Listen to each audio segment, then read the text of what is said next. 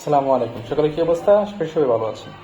আজকে আমি কথা বলবো আমাদের সবচেয়ে জরুরি একটি কাগজপত্র, সেটা হচ্ছে জন্ম নিবন্ধন।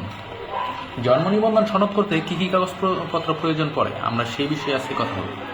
প্রথমত বয়সের দিক থেকে, বয়স অনুপাতে কাগজপত্রের একটা ভিন্নতা রয়েছে। যেমন আপনি যদি 15 বছর ঊর্ধ্বে হন, তখন আপনার মা বাবার জন্ম নিবন্ধন প্রয়োজন পড়ে না। যদি 15 বছরের নিচে হন, তখন মা বাবার জন্ম নিবন্ধনের প্রয়োজন পড়ে। ধরেন একটি বাচ্চার নতুন নবজাতক একটি বাচ্চার জন্ম নিবন্ধন করতে গেলে অবশ্যই তার বাবা মার জন্ম নিবন্ধন মাস্ট থাকতে হবে, অনলাইন জন্ম নিবন্ধন থাকতে হবে। পাশাপাশি বাচ্চার একটা ইউনিয়ন স্বাস্থ্যকর্মীর কাছ থেকে একটা টিকার কার্ড সংগ্রহ করে নিয়ে আসতে হবে। ইউনিয়ন পরিষদে নিয়ে আসলেই আপনি জন্ম নিবন্ধন করতে পারবেন। এছাড়া আপনি এই টিকার কার্ড প্রযোজ্য হবে আপনার 1 থেকে 4 বছর পর্যন্ত।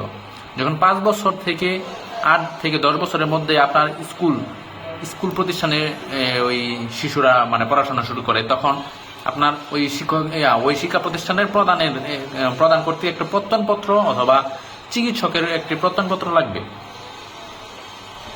ওই প্রত্যয়নপত্রের মাধ্যমে আপনি জন্ম নিবন্ধন করতে পারবেন। এছাড়া এরপর 10 থেকে 10 বছরের উপরে স্কুল সার্টিফিকেট, যদি কোনো বাচ্চা অশিক্ষিত থাকে, যদি পড়াশোনা না করে, সেক্ষেত্রে আপনার কোনো আপনার রেজিস্টার্ড চিকিৎসক কর্তৃক একটি প্রত্যয়ন থাকতে হবে, যেখানে আপনার বয়স উল্লেখ থাকবে। সেই প্রত্যয়ন অনুযায়ী আপনার জন্ম নিবন্ধন করতে হবে। আর এছাড়া আপনার এই 20-এর উপরে যখন যাবেন, তখন আপনার জাতীয় পরিচয়পত্রের ফটোকপি অথবা আপনার স্কুল সার্টিফিকেট বা যে কোনো একটা সার্টিফিকেটের কপির মাধ্যমে আপনার জন্ম নিবন্ধন করতে পারবেন। তো এই হচ্ছে মূলত আপনার জন্ম নিবন্ধন করতে গেলে যে কাগজপত্রগুলো লাগে, সেই কাগজপত্রগুলো। প্রথম নম্বর হচ্ছে 1 থেকে 5 বছর পর্যন্ত টিকার কার্ড, সাথে বাবা মার অনলাইন জন্ম নিবন্ধন।